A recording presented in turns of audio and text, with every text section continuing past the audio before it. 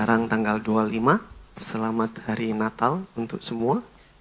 Ya, kita memperingati kelahiran Tuhan kita. Dan tema Natal hari kali ini adalah Finding Hope, gitu kan? Menemukan harapan. From yours for him. Ya. Ayat yang saya mau ajak kita semua untuk membaca pertama kali diawali dengan 1 Timotius 4 ayat 10. Finding Hope. Ya, 1 Timotius 4 ayat 10. Itulah sebabnya kita berjerih lelah, berjerih payah dan berjuang. Karena kenapa kita berjerih payah dan berjuang? Karena kita menaruh pengharapan kita kepada Allah yang hidup, juru selamat semua manusia, terutama mereka yang percaya. Bapak Ibu Saudara, ayat ini menyatakan bahwa seseorang berjerih payah dan berjuang karena ada pengharapan yang pasti gitu dari Tuhan. Ya kan? Ada pengharapan yang pasti terutama bagi mereka yang percaya, dan Tuhan adalah pengharapannya. Pasti sekali. Tuhan adalah pengharapan. Kenapa kita melangkah, kenapa kita bisa tetap beriman? Karena Tuhan adalah pengharapan kita. Tapi hari ini saya mau mengajak kita semua untuk melihat POV-nya Tuhan. Sudut pandangnya Tuhan. Kalau kita berjerih payah, kita berjerih lelah dan berjuang karena Tuhan adalah pengharapan kita, ketahuilah bahwa ayat ini mengatakan justru ini adalah pengharapannya Tuhan untuk kita. Ya, justru kita berjuang, berjerih payah karena Tuhan adalah pengharapan. Itu adalah pengharapannya Tuhan. Itu pengharapan Tuhan. Bagaimana kita semua itu bisa betul-betul berfokus, berpegang sama Tuhan. Tahu hatinya Tuhan seperti apa untuk kita. Tahu sayangnya Tuhan seperti apa untuk kita. Kita mungkin bisa dibilang terlalu sering mendengar ayat yang mengatakan bahwa karena begitu besar kasih Allah akan dunia ini, sehingga dikaruniakan anaknya yang tunggal supaya semua yang percaya bisa tidak binasa melainkan beroleh hidup yang. Tapi mungkin kita terlalu terbiasa ya, sering mendengar ayat ini sehingga lupa bahwa Tuhan itu betul-betul sayang. Itu POV-nya Tuhan. POV-nya, sudut pandangnya Tuhan adalah ini, dia mau kita berjerih payah dan berjerih lelah, berjuang. Karena dia adalah pengharapan kita. Ada beberapa ayat. Saya bacakan, Bapak Ibu Saudara gak usah bacakan, perhatikan saja saya bacakan. Bagaimana Tuhan itu mencurahkan isi hatinya. Bahwa dia mengasihi kita. Dari sudut pandangnya Tuhan. 2 Korintus 5, 18, 19 mengatakan begini. Dan semua ini dari Allah yang dengan perantaraan Kristus telah mendamaikan kita. Allah mau mendamaikan kita dengan perantaraan Kristus. Dan yang telah mempercayakan pelayanan perdamaian itu kepada kami. Sebab, diulangi sekali lagi. Sebab Allah mendamaikan dunia dengan dirinya oleh Kristus. Tuhan mendamaikan dirinya melalui Kristus dengan tidak memperhitungkan pelanggaran kita. Dikatakan begitu, saking sayangnya dan ia telah mempercayakan berita pendamaian itu pada kami. Hosea 11:8. Tuhan menjerit, masakah aku membiarkan engkau, hai Efraim? Menyerahkan engkau, hai Israel. Masakah aku membiarkan engkau seperti Atma dan membuat engkau seperti Zeboim?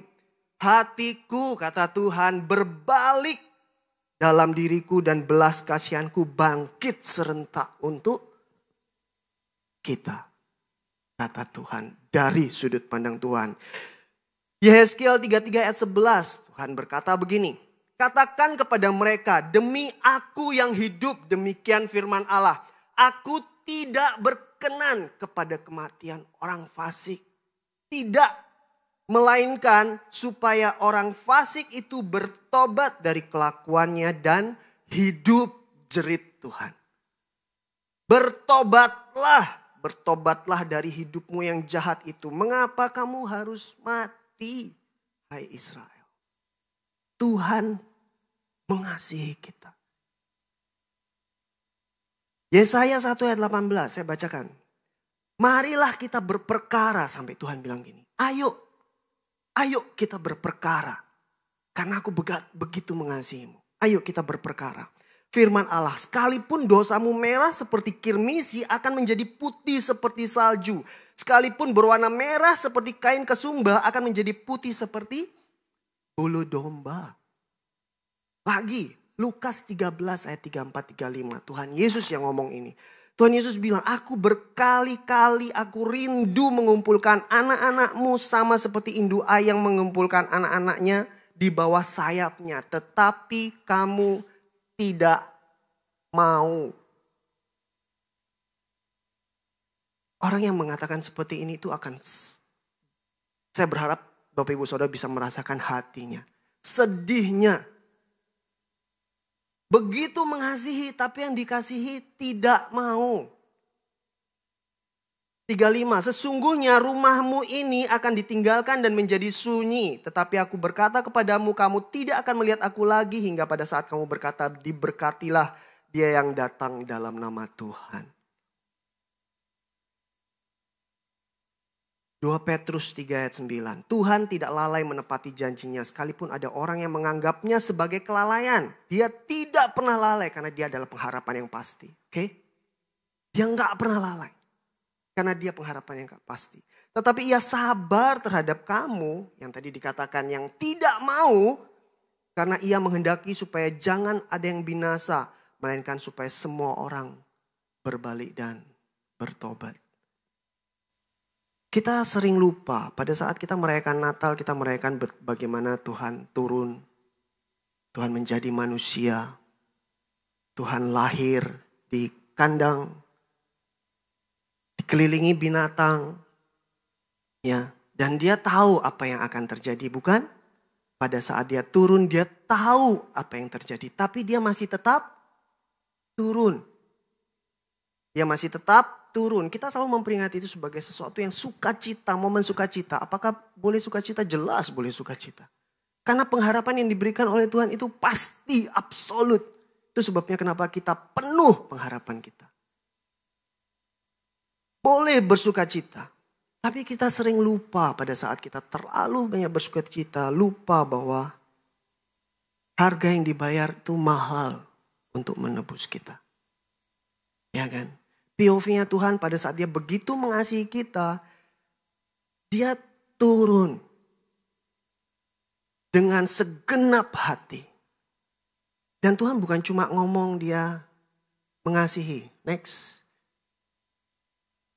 Tapi dia fight loh untuk kita.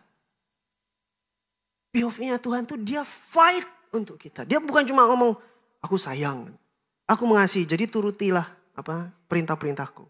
Aku mengasihi, aku turutilah perintahku. Bukan cuma sekedar itu, tapi dia fight. Dia ingatkan. Dia ketuk. Berapa kali hati kita diketuk sama Tuhan. Dan untungnya dia lembut ya. Mungkin untuk beberapa yang keras kepala mungkin didobrak. Puji Tuhan tapi kalau didobrak. Ya, kayak di polisi-polisi itu yang didobrak. Di film-film polisi. Tapi untungnya kan Tuhan kita lembut. Diketuk. Sampai kita yang mau bukakan pintu hati. Dia tidak cuma sekedar sekali lagi. Dia cuma, spoiler.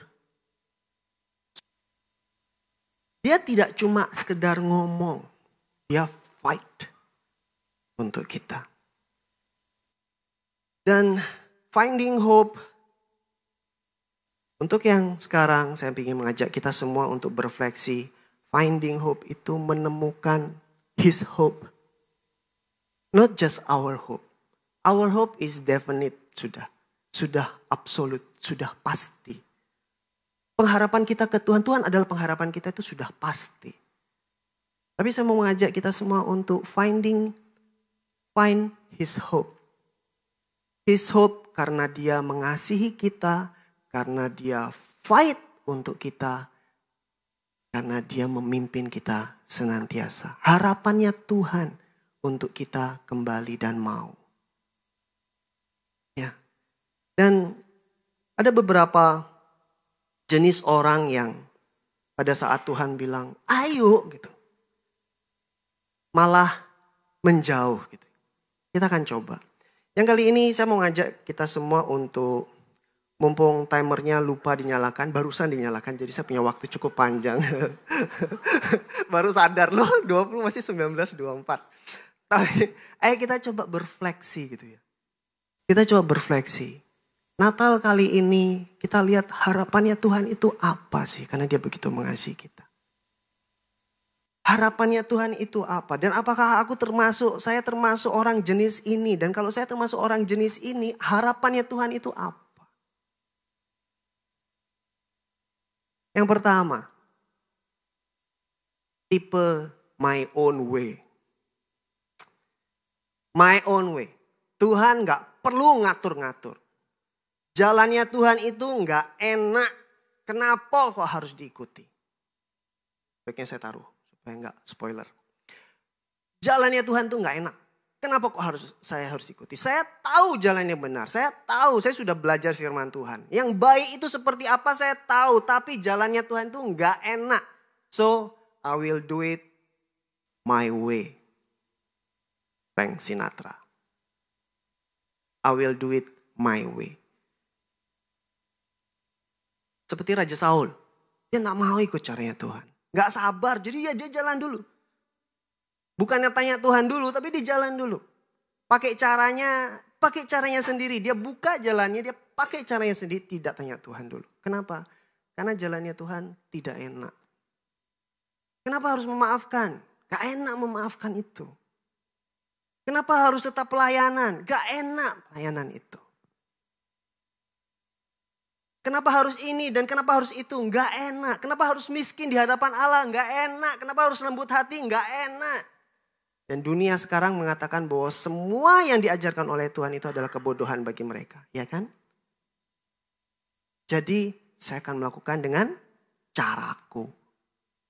Seperti Raja Saul. Yeremia 2 ayat 13 mengatakan seperti ini. Sebab 2 kali umatku berbuat jahat. Mereka meninggalkan aku, sumber air yang hidup, untuk menggali kolam bagi mereka sendiri. Yaitu kolam yang bocor yang tidak dapat menahan air. Justru pada saat ada jalan Tuhan, tapi karena tidak enak, maka orang tipe ini, kita yang tipe ini, itu lebih baik pakai jalan kita sendiri. Lupa kalau Tuhan sudah turun dan menyelamatkan kita. Dan mau kita untuk ikut caranya. Karena dia sudah beli kita. Untuk mereka-mereka yang ini, ayo coba sama-sama berefleksi. Apakah saya pakai jalan saya sendiri? Apakah saya sering menentang jalannya Tuhan yang mungkin menyakitkan untuk kedagingan kita. Menyakitkan untuk kedagingan kita. Apakah saya pakai jalan saya sendiri? Kalau iya, kata Tuhan pada orang jenis ini. Bahkan sekarang pun, aku sedang membimbing engkau. Jadi berbaliklah dan ikut jalanku. Yehezkiel 33 ayat 11. Tuhan tetap bilang bahwa dia tidak berkenan kepada kematian orang fasik. Jadi melainkan supaya orang fasik itu berbalik pada jalannya Tuhan dan hidup.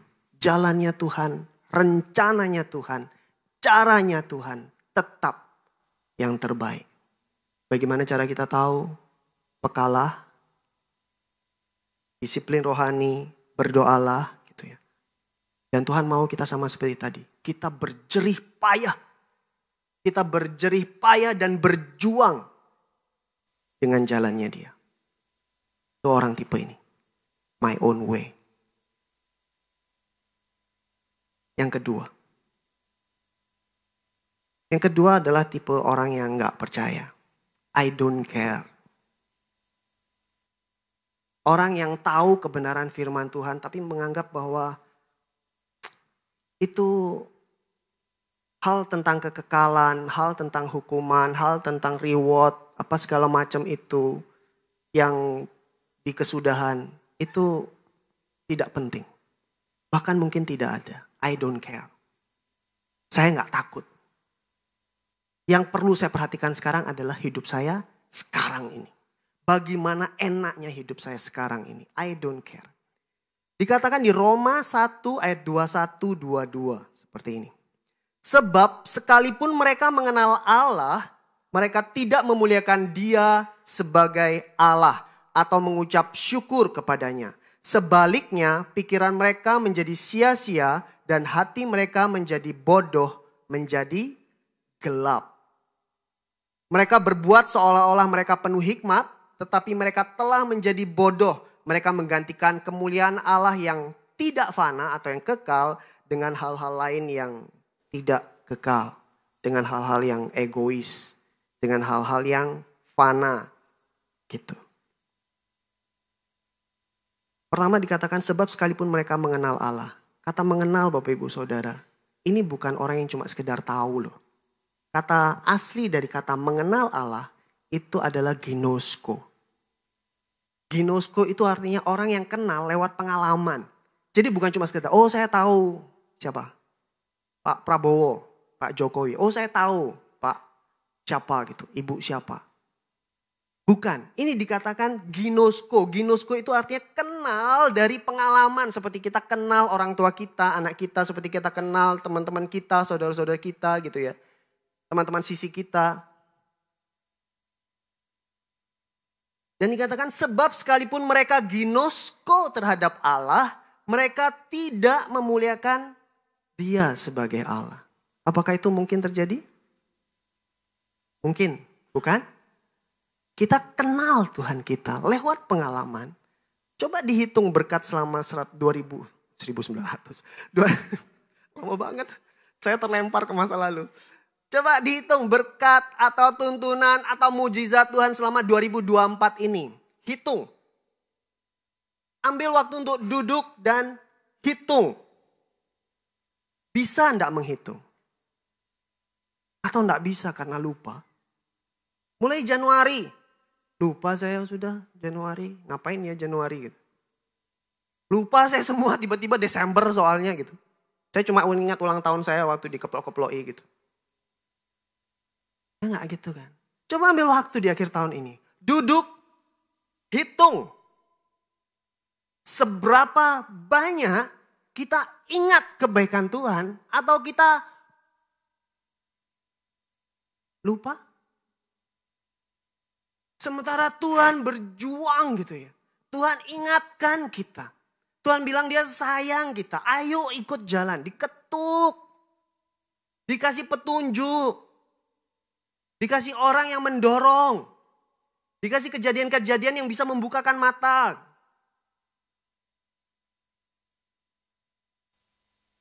Tapi I don't care.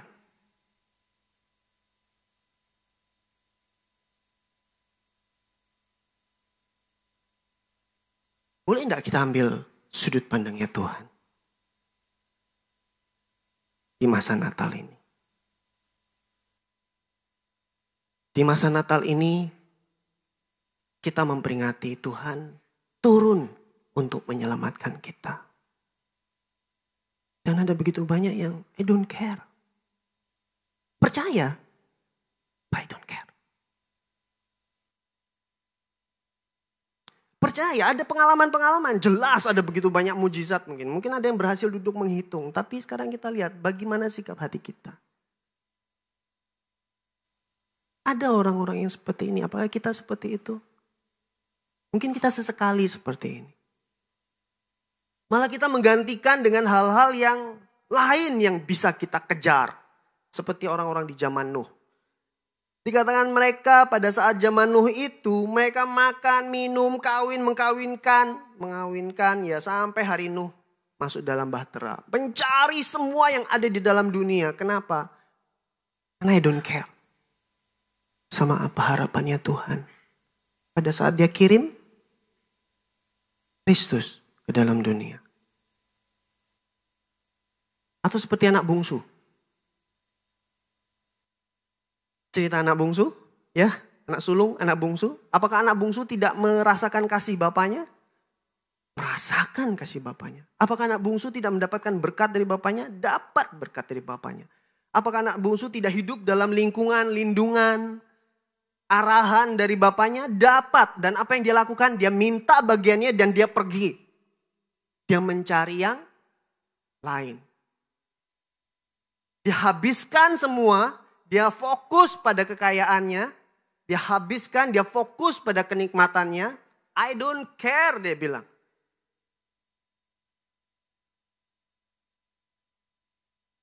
Sampai harus bergelimangan. Salah ya bahasa saya. Ya itu dah. Sampai dia harus jatuh. Sampai dia harus kerja di kandang babi. Sampai dia harus makan makanan babi. Sampai dia tidak boleh makan makanan babi. Baru bisa sadar.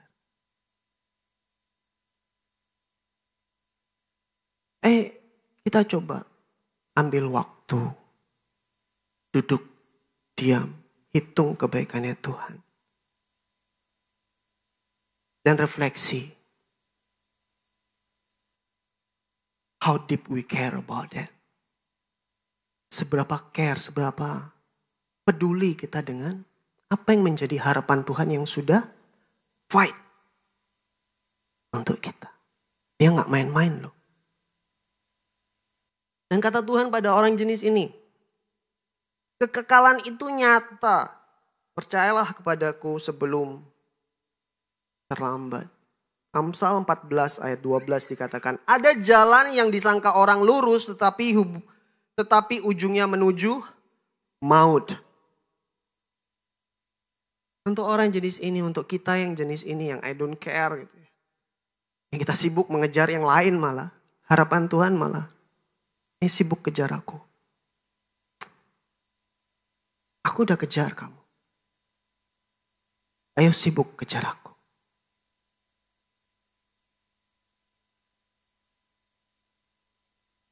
Yang ketiga,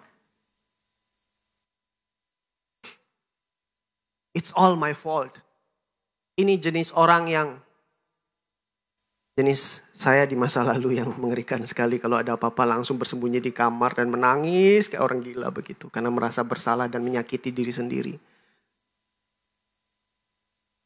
Dan merasa paling bodoh, merasa paling tidak berharga, merasa paling tidak layak gitu. Karena sudah berdosa dan jatuh bangun melakukan kesalahan. Sehingga bahkan Tuhan pun tidak sanggup mengampuniku. Gitu. Puji Tuhan sudah bertobat. Tapi ada jenis tipe seperti ini yang bilang selalu, it's my fault. Kita yang merasa sudah terlalu jauh mungkin. Yang sudah jatuh mungkin. Yang sudah berkali-kali mungkin jatuh bangun sampai kita sendiri tidak percaya dengan janji kita gitu mungkin. Yang merasa tidak layak. Sehingga pengen menjauh saja. Pengen menjauh. Tapi Tuhan bilang, Tuhan itu dekat sama orang yang patah hati. Di Mazmur 34 ayat 19 mengatakan, Tuhan itu dekat kepada orang-orang yang patah hati dan ia menyelamatkan orang-orang yang remuk jiwanya. Sama seperti Petrus. Dia menyangkal 3 kali di depan Tuhan Yesus loh.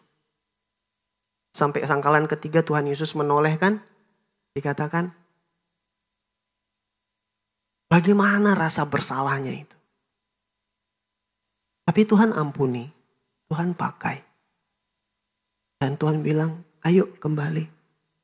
Mau gak gembalakan domba-dombaku? Untuk apa bergelimang dalam rasa bersalah dan tidak melakukan apa-apa, hanya menyakiti diri sendiri. Yang sebenarnya itu adalah memikirkan diri sendiri. Tuhan bilang, ayo kembali yuk.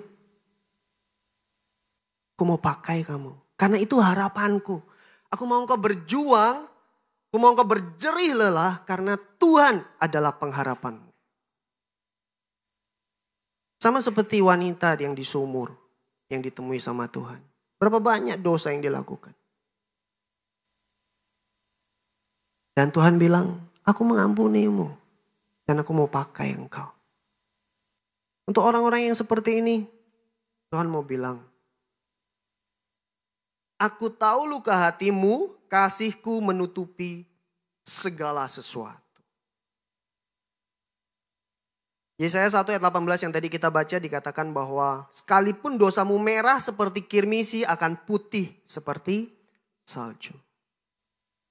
Tuhan mau kita-kita yang jenis it's all my fault. Ayo berdiri. Minta ampun, selesai. Benar-benar bertobat, berdiri. Dan minta kekuatan sama Tuhan.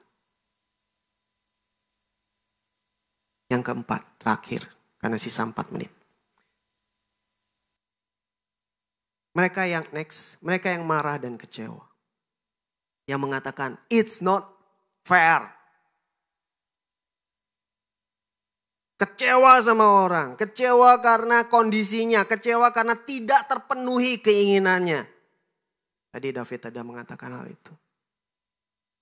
Kecewa, dan biasanya orang kecewa itu mulai antara menyalahkan diri atau menyalahkan orang lain. Menyalahkan Tuhan. Tuhan is not fair. Menyalahkan Tuhan, menyalahkan diri sendiri. Kalau menyalahkan diri sendiri masuk ke sini ya. Menyalahkan Tuhan, menyalahkan orang lain, menyalahkan keadaan, semua pokoknya disalahkan. Kenapa kok begini? Kenapa kok begitu?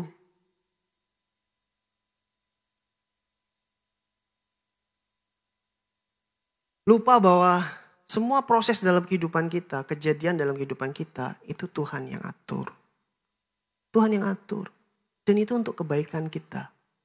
Tinggal bagaimana respon kita terhadap itu, terhadap kejadian, kekecewaan, hal-hal yang kurang baik. Atau yang tadi David sempat share, yang waktu alam semesta mempermainkan dia. Gitu. Ya, yang bisa ketawa cuma yang pelayanan pagi. Rasanya semua salah gitu loh.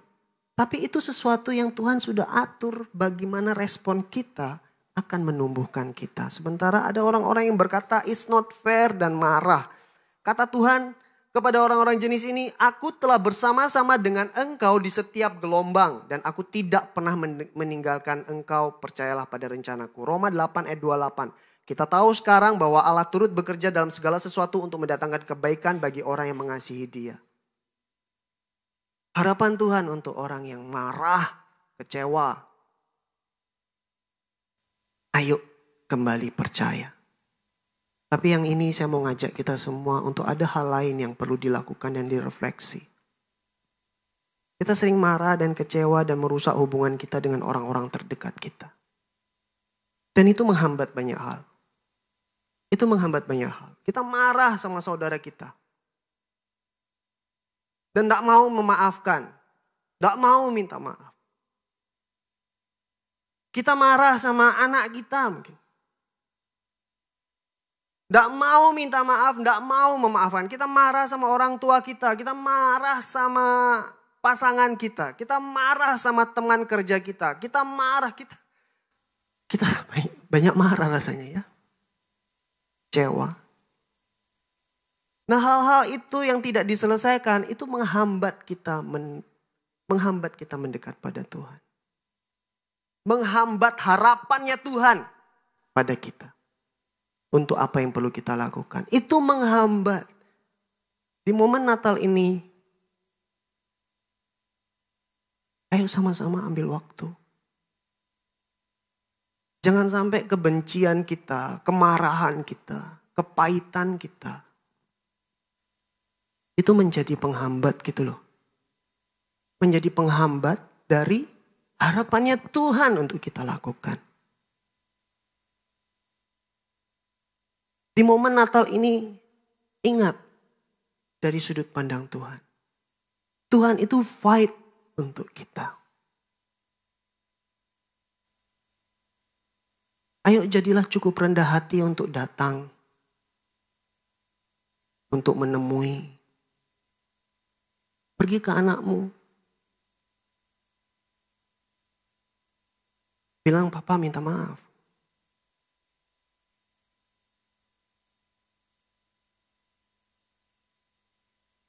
Itu sudah merah-merah waktu habis gitu.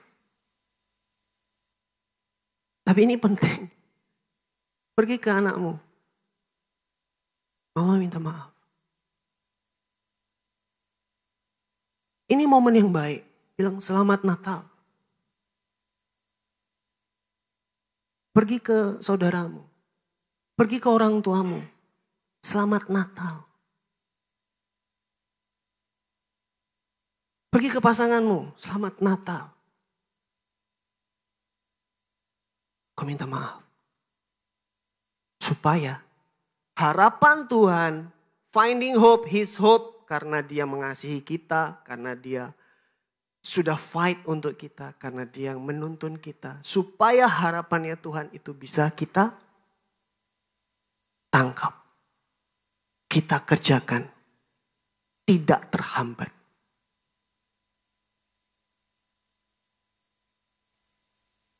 Kita sama-sama ambil waktu, ambil komitmen, pakai momen Natal ini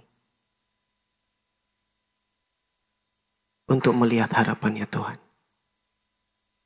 Oke? Kita berdoa.